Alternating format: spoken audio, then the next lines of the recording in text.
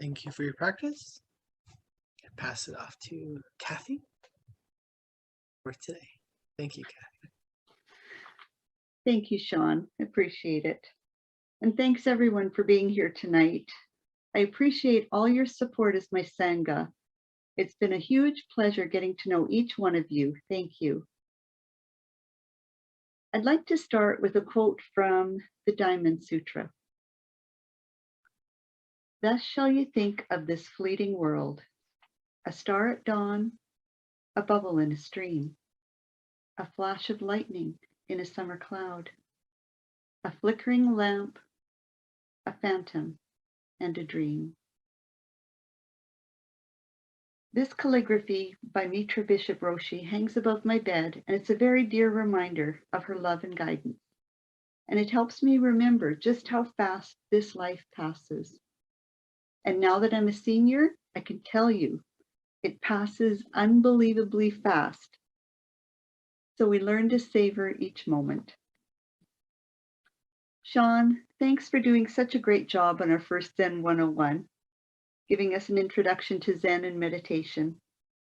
And I don't think Marlon's here, but I'm thanking him too for speaking so well on the concept of no self and consciousness at our last Zen 101. I'd like to elaborate a bit more on that and then speak on Makyo and distractions in the practice. Consciousness can be described as turning your focus inward and sensing your self-awareness as being inside the center of the circle, in the center of your being fully present with that. And from that perspective, noticing the thoughts, the judgments, planning, desires, aversions, as something arising separate from that inner awareness, as being outside that center of the circle. This is duality. The center is that which notices the thoughts, but isn't always tangled up in them.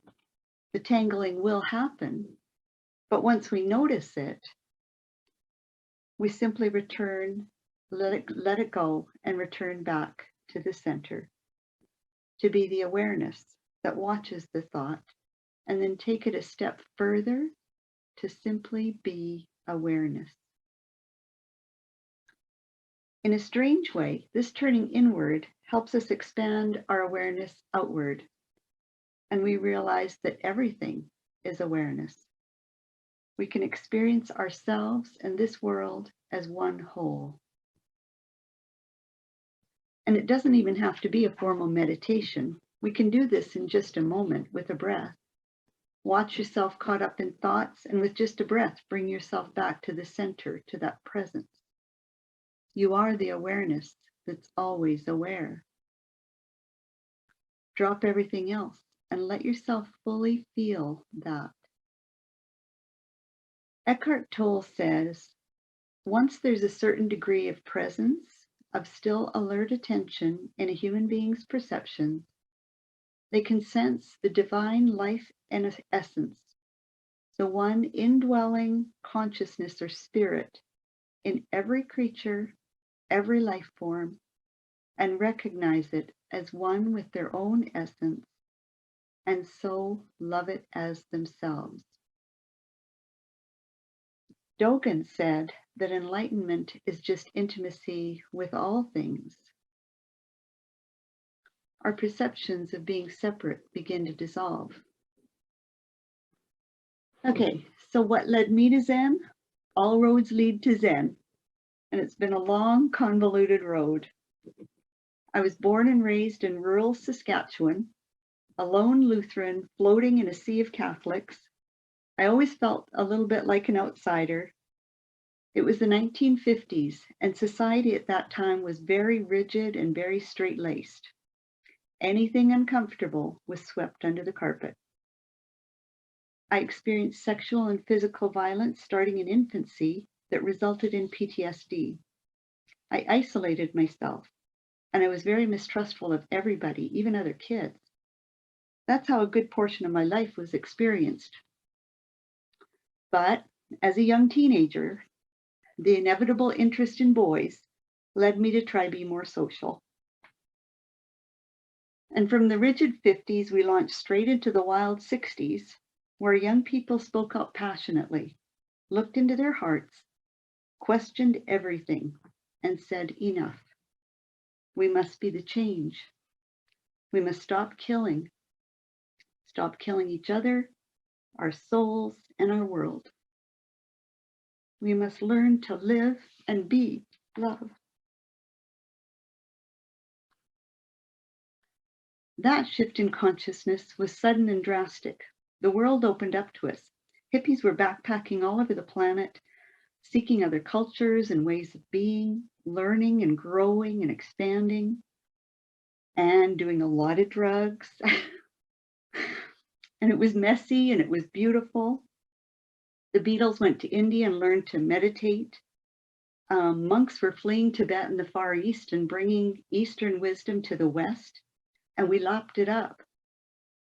It was a beautiful, tumultuous, messy time and very confusing time to be a teenager. It was very expansive, but I didn't fully realize that and appreciate it while I was experiencing it. It's now, looking back, I realize how it shaped my life and how I experienced this world and myself. Looking back on our lives, we can become more compassionate human beings for having experienced all of it, the so-called good and the so-called bad. And sometimes it takes time to gain that perspective. Zen was a huge factor for me being able to realize that. We could all become very superficial, self-centered, uncaring, withdrawn, dysfunctional people without that perspective. And for me, because I experienced so much pain, it helped me be very aware of other people's pain. It's helped me forgive, and to be honest, mostly forgive myself for all my shortcomings. By the 1970s, I met a young Japanese-Canadian man. We were married in 1980 in the Shin Buddhist Temple in Lethbridge. I was happily immersed in Japanese-Canadian culture and loved everything about it. It was then that I realized I was very drawn to Buddhism, but I was torn between my Christian background and it. Then a Buddhist priest spoke at a service about how in Buddhism, you don't have to choose one or the other. Buddhism has no problem if you also want to be Methodist or Lutheran. That was really reassuring to me. And the concept of not choosing and not judging one or the other was an eye-opener. Things quickly went south in the marriage. He had addictions and was abusive. And after 24 years, I started counseling through ADAC. I was advised to try meditation. In Shin Buddhism, there isn't any meditation. So I became a hungry hound, haunting the self-help aisles of chapters. I devoured everything I could get my hands on. Then, one day in the self-help aisle, I happened to turn around and lo and behold, there was the Religions of the World section. My hand was drawn to a book called Awakening the Buddhist Heart by Lama Surya Das, who is in the Dzogchen Tibetan tradition, which I've been told is similar to Zen. I was hooked. I got his tapes. Guys, this is way before CDs or digital stuff. I meditated a lot. I gained enough awareness to do what was necessary and got a much needed divorce. I learned Reiki and body talk, which also helped me heal. I stopped watching TV, canceled the cable, read Buddhist books, meditated, and gave myself Reiki and body talk. I still worked, but my home life became quite monastic, much to my family and friends' dismay. So when they started complaining, I tried to lighten up a bit and be more social, which was a good thing. And a few years later, I began to date and met a Zen Buddhist man who took me to Sesshin in New Mexico at Mountain Gate Temple, which is in the Rinzai tradition. I attended many sessions there over the next 10 years with Mitra Bishop Roshi. I haven't been able to go back for the last few years and deeply missed it. So I was delighted to meet Gyoke Sensei and Ryugen-san of Rocky Mountain Zen at their presentation in Lethbridge last summer, and now all of you in our Sangha. It's truly been a blessing. Gasho. My practice isn't perfect by any means. I've fallen off the meditation train several times, but my heart's always found its way back. Thank you, Gyoke Sensei, for the talk on burning the wood and the ember that smolders. Oh, sorry. The ember smolders. The deep questioning and learning to be aware of what is, whatever it is, with no judgments has been transformational. Plus, watching how a seemingly nice little old lady's mind can be so sneaky and twisted is fascinating, and sometimes it's scary. And it's been an incredible experience to get those glimpses of myself as just myself. And it's all okay, the good and the bad and the ugly. But I found it hard not to get all caught up in the good, and that sometimes the good is harder to let go of. We're all like little kids. We all want the candy and not the broccoli. So this brings us to Makyo. Wikipedia translates Makyo as realm of demons. That sounds alarmingly like something out of a horror show. So I prefer this translation. Perceptual distortions that can arise during meditation that can be mistaken by the practitioner as kensho or awakening. Or this other version, self-delusions resulting from clinging to an experience and making a nest for oneself. My experience in sitting has shown me that some little glimpse of awareness can very quickly become, in a weird way, an impediment to true awareness. I've had a few aha moments during sesshin and on my own, and the first was when I was listening to the Lama Surya Das tapes. I finished the tape and I was leaning back, lazily sitting on my floor, leaning back on the couch and doing some sky gazing meditation. And suddenly my mind expanded to fill the universe. Everything dropped away completely. And so I had this profound experience. And in the middle of that profoundness, my mouth started yelling, "Far out, man." It was like a bad Cheech and Chong movie.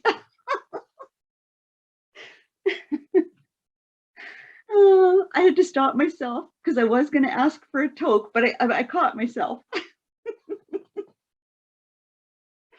So immediately, Makyo had set in. Every time I tried to meditate for a very long time, there was all this striving and yearning to be back there. It took me a very long time to give up that Makyo, and I actually had to quit meditating for what felt like a long time. I was so attached to that experience, and it really drove home to me how our experiences, whether we label them as good or as bad, could become torment when we get attached. And difficult situations are also opportunities to be fully present and not get attached, not get all caught up in the difficulties and try to fix them, whether it's pain, fear, anguish, anger, despair, but to be fully present with whatever is, without trying to fix anything, without judgment. We can be of real service to ourselves and others only when we're fully present. And that doesn't mean that action doesn't happen, but the action is a result of being fully present. Right action will simply happen. And so we learn patience and the realization that just seemingly insignificant things in life can be moments of awakening, like watching a leaf fall, taking a mindful breath, looking into a beloved child's eyes, feeling the grass beneath our toes, the sun on our face, and gratitude wells up. Experiences like my weird, beautiful one, or even just being part of Western culture, cause us to be striving all the time, always trying to accomplish something, do something, improve ourselves and our practice.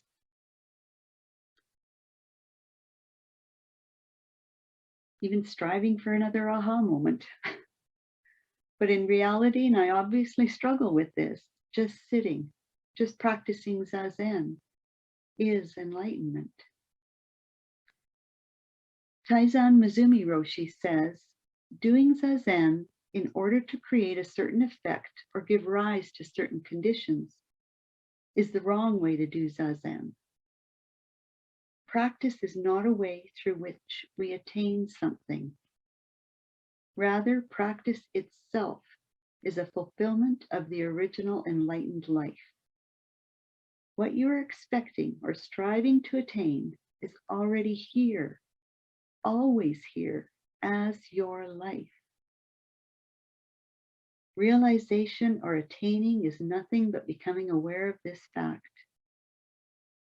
This direct, clear fact of our life as the intrinsically enlightened life is difficult to see.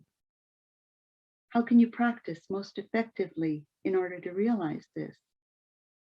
When you sit Shikatanza, which means just sitting, is there an awareness of I am doing Shikatanza? If this is so, you need to take care of this I.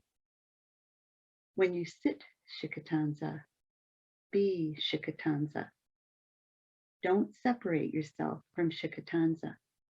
Don't discriminate between yourself and Buddha, between your life and the intrinsically enlightened life. Sit this way. When you practice, keep in mind that practice and realization are one. Don't make them separate. Allow your Zazen to be a manifestation of that fact and just sit. It's okay if thoughts arise. Just let them go. Try it. What does Zazen think when Zazen is doing Zazen? Thank you. Taizen Mizumi Roshi. Oftentimes, people find it easiest to feel this in nature, finding realization in simple, small things, like watching a snowflake drop. Let yourself just become that snowflake. You feel the sway and the spiral as you drop. Watch a tree sway in the breeze and be the tree, and feel the joy in the swaying. Trees never get to move unless the wind helps them. It feels like a joyful communion. Be aware in each simple moment, and gratitude wells up. It's an incredible experience to get those small glimpses and see everything, even the difficulties, as okay, to not get caught up in the so-called good and not get bogged down by the so-called bad. Because when we look back, and I've had a lot of experience looking back, the bad becomes the good when we realize it as a valuable opportunity to learn, grow, evolve, be humble, be compassionate with ourselves and with others, be grateful, be. None of us are perfect, and our realizations are never a done deal. It's constant learning, growth, and expansion. So, like the Beatles song, let it be. Just let things be as they are in each moment. No judgments, no labels, no good, no bad. Just be. And when you get caught up, just come back, breathe, and just be. Be aware of the inhale, be aware of the exhale, be the breath. to forget yourself as yourself, even for a brief moment, where doing is simply being done by no one, with no thought, no effort, no big deal. All of this is zazen, all of it. And all of your life is zazen, each precious moment. Thanks for listening. If you have any questions, I'd love to hear them.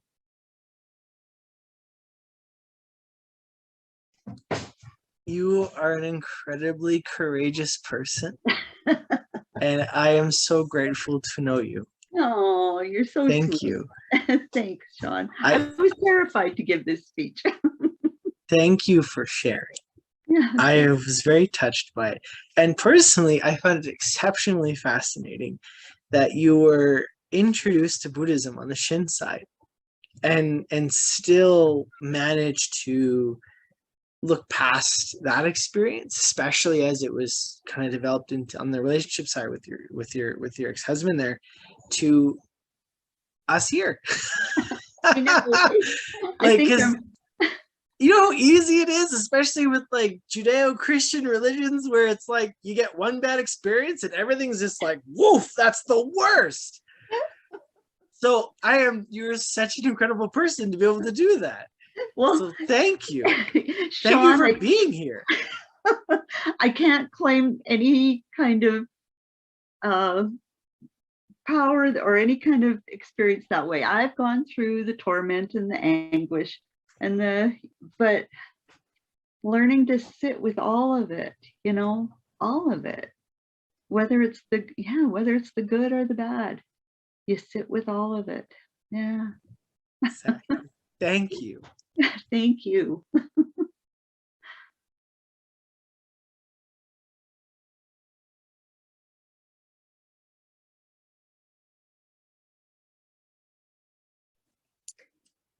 Kathy, that was absolutely lovely. Thank you so much for sharing your deep personal moments in life with us, and your tale of how you got from point A to finally all the way over here, which is marvelous. And reminding all of us that it's about the journey. It's not about the destination. We lose sight of that because we all want to, be there, be at the end point, that we miss everything in the middle. So I just wanted to say thank you for sharing your middle with us in such a beautiful way. Oh, thank you, Jenna. I appreciate your kindness. Thank you.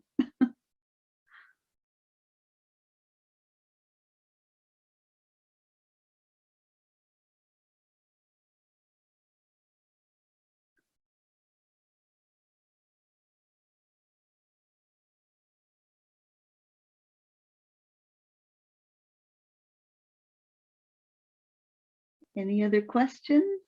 Shall I turn it over to Sean? Oh, I just wanted to say. Oh, hi, Regan. I'm back. I'm at home. No, I just wanted to say thank you, Kathy. I'm sorry I didn't catch all of it, but I caught some big moments and just wanted to thank you for that. It was wonderful. Thank you. Thank you.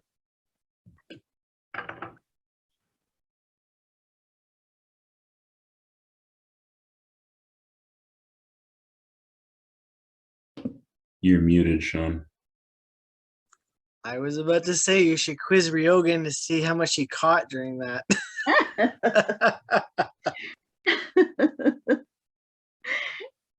He's been on a long commute, hard day of work, It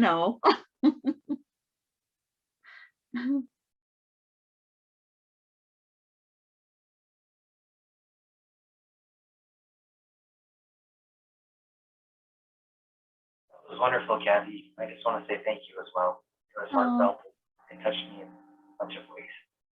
Thanks, Nathan. Appreciate you always being here. You all have a very reassuring presence, a very sweet presence. I want to thank you.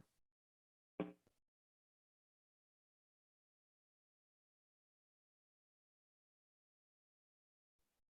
guess I have a a question. Yes. Throughout your journey, what was it about Zen that kept you coming back?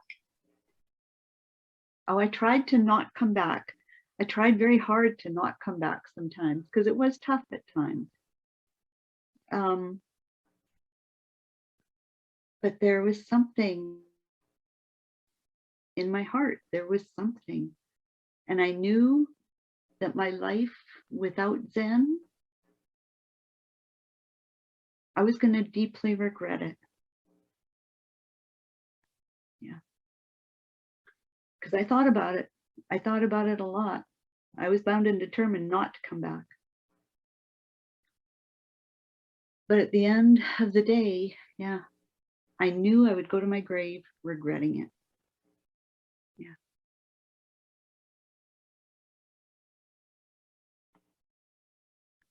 Loved hearing your story. Thank you very much. Oh, thanks for listening.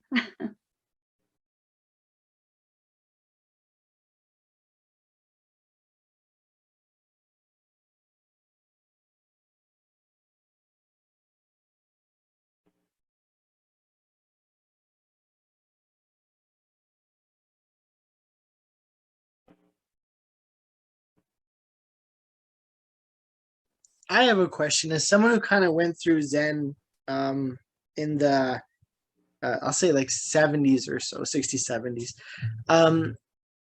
how do you feel that that experience compares to what we have now, just in general, in the environment? Do you think we're in a good ground for a reawakening, so to speak?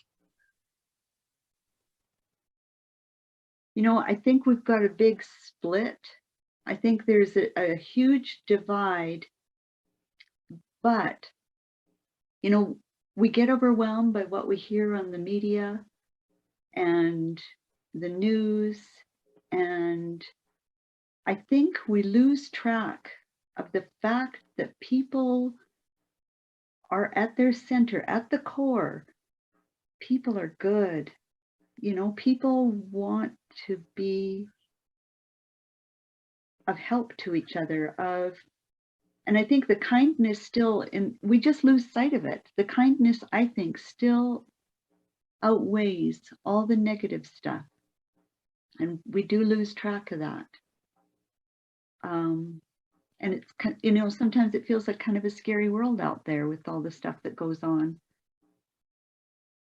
But, you know, sometimes all that stuff that goes on is an opportunity to really, for all of us, to learn and grow and to find that wisdom and compassion in each one of us, because it's got to start there. Got to start in each one of us.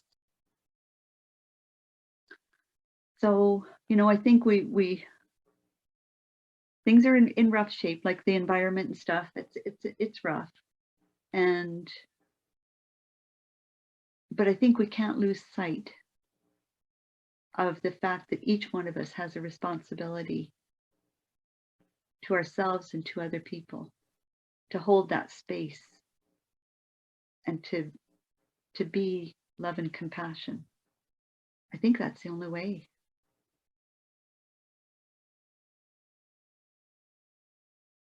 Did that answer your question? Yeah. Brilliant. Thank you. You're welcome.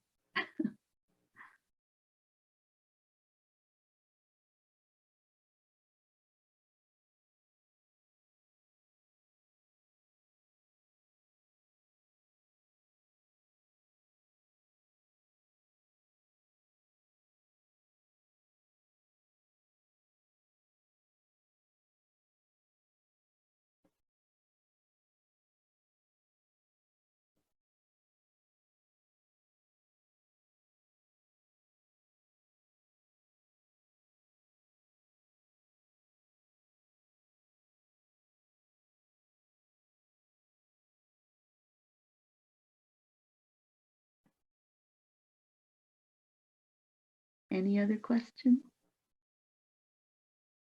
Do you want me to explain anything else that I have been through or experienced? Tell the whole thing again for Yogan. Okay, I promise it's the last time I make a joke about it. All right, promise.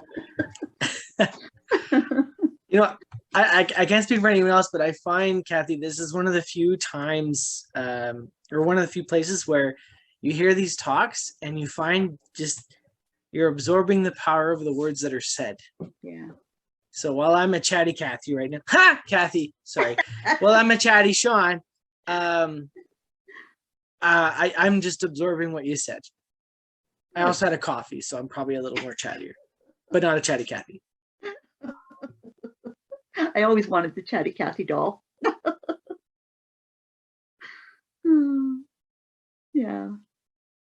And I wanted to thank you guys too for giving me the opportunity to speak, because I don't speak much. And so I did a lot of writing and revising and revising and revising to really get at what I felt I needed to say or needed to be heard. And that in itself has, I think, in some way helped me a lot. Just that, yeah, that being with it all helped me a lot. So thank you. And thanks for listening.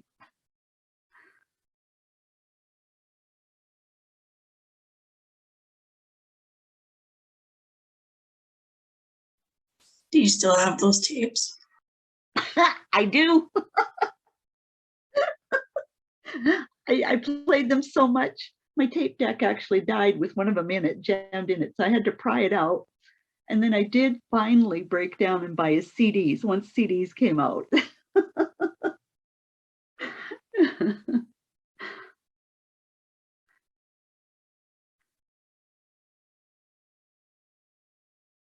That's great to hear, because I think if you lost those, that would be a shame. Like it's something that resonated so much with you. And yeah. Do you have any other texts or any specific books that really resonated with you that you could recommend? Well, The Awakening the Buddhist Heart was a huge one for me. Peace in Every Step by Thich Nhat Hanh, and Happiness by Thich Nhat Hanh, and Taizen Mizumi Roshi. I really, really liked his work, and it really rang a chord with me. He's so easy to read, so easy to absorb. I really liked him. Yeah. And right now I'm still working on Opening the Hand of Thought. And that one too. Ryugen, you recommended those, and they are wonderful, wonderful books. Yeah. I don't know what else I've read. I've read a lot. Yeah.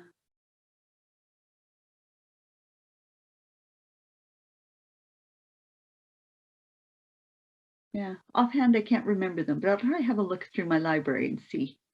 I'll let you know if there's any more that really stick out for me. Great, thank you.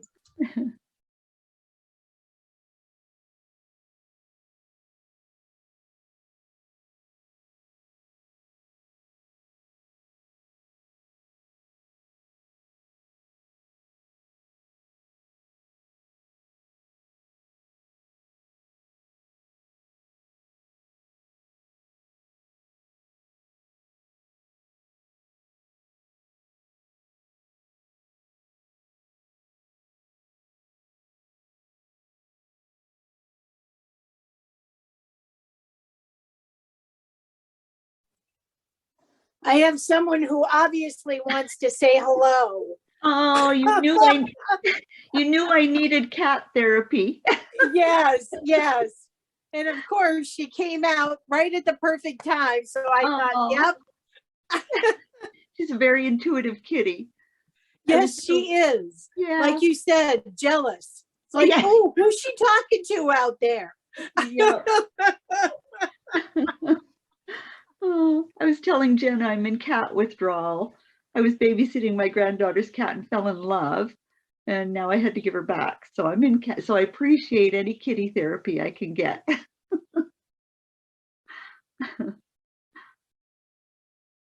Oh, more?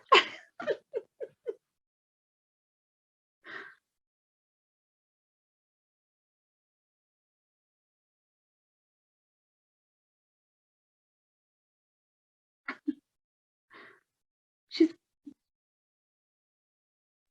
They're sleeping somewhere. I thought maybe they were camera shy. They don't want the publicity. Paparazzi, the That's paparazzi. awesome. Yeah, actually, mine's sleeping behind me too.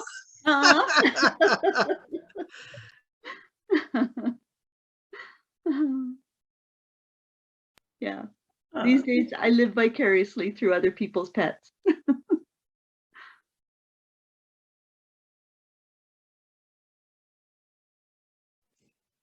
Dorina has two, but unfortunately her camera is not working. Oh.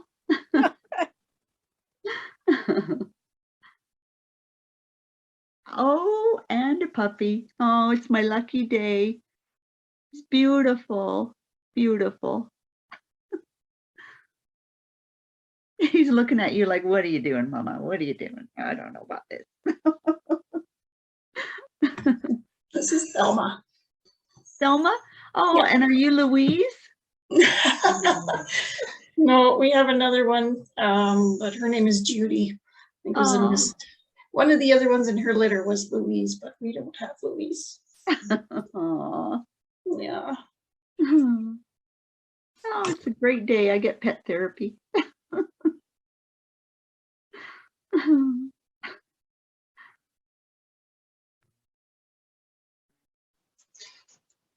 Hi, Kathy. Oh, hi, Gilkey. Good to see you. I missed the whole thing. Just Oh, still wanted to see you. So no how was it? worries. Well, I asked these guys. I don't know. Oh, it's recorded, right? So just I think it's Oh, great. recorded. I don't even know. I watched it. It's recorded. Yeah. Okay. It's on YouTube. It'll be on YouTube. Yeah.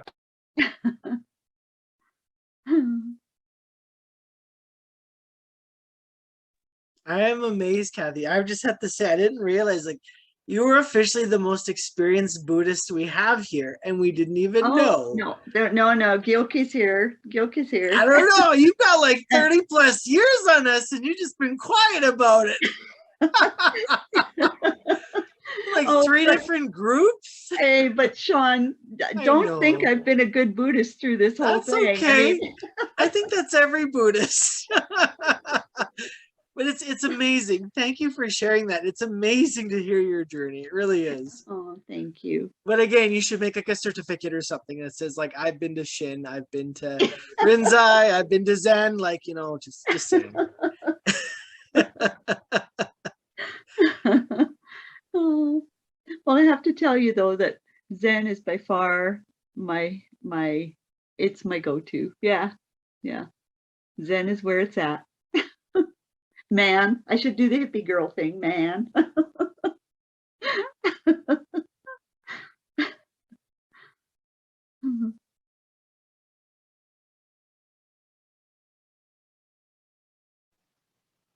Did everyone get to ask Kathy questions? Yeah. I'll ask you questions, Kathy, after I watch the video. Okay, sounds good. I'd appreciate any input, any help you can give me. I did mention there was going to be a test, right? Everyone heard that, so just saying. I'll just write it out. And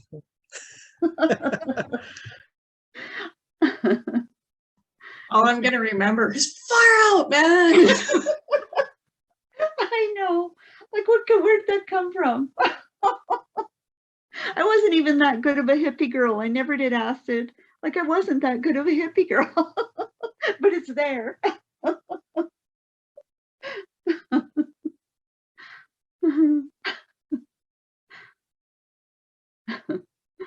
I find it fascinating to hear about life during the 60s. I worked with a lady who's now in her late 70s, and she was a hardcore hippie. She lived in a teepee in the Kootenays.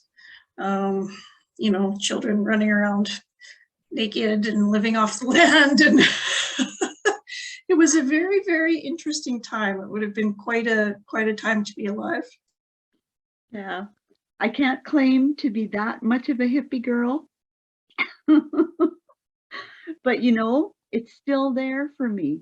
That is still there for me, because when I go off to the mountains, and even my friends at work, I talk about, like, we should start a commune. You know, we should start a commune. We'd live off the land. It'll be great. And all the young girls are going, well, how are we going to, you know, chat? And I'm saying, we're chatting right now. I'm in. Let's go. Let's do this. I'm game. Oh, okay. You have to tell Akiba Roshi there's the makings of a monastery up here. Yes, the time for Canadian Sangha to grow. Time. Yes, it's high time. Yeah. And we got to round up our American friends. I'm going to round up some Japanese friends. Yeah, it's trilateral. If not, I mean, we're going to manage to find some European friends too. But yeah. Yeah, Kathy, I immediately, you know, your experience, I can't wait to listen to your talk. I'm being very curious about your background. So, Well, I've been around for a while. Yeah.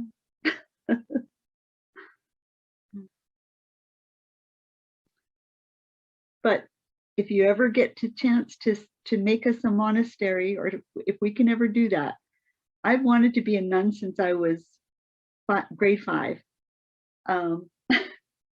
And even now there's a Chan Buddhist temple in Calgary, and it calls me. The monastic life does call me. So yeah. So commune, monastery, it's all good.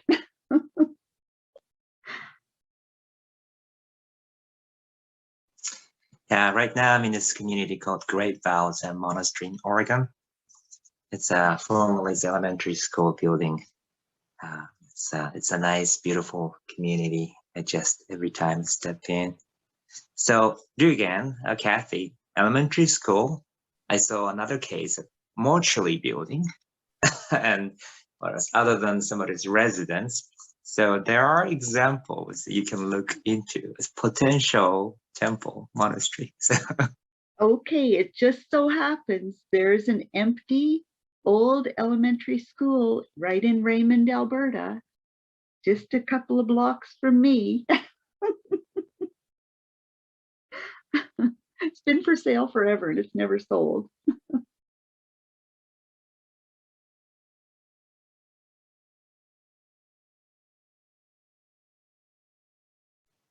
All right, that sounds good.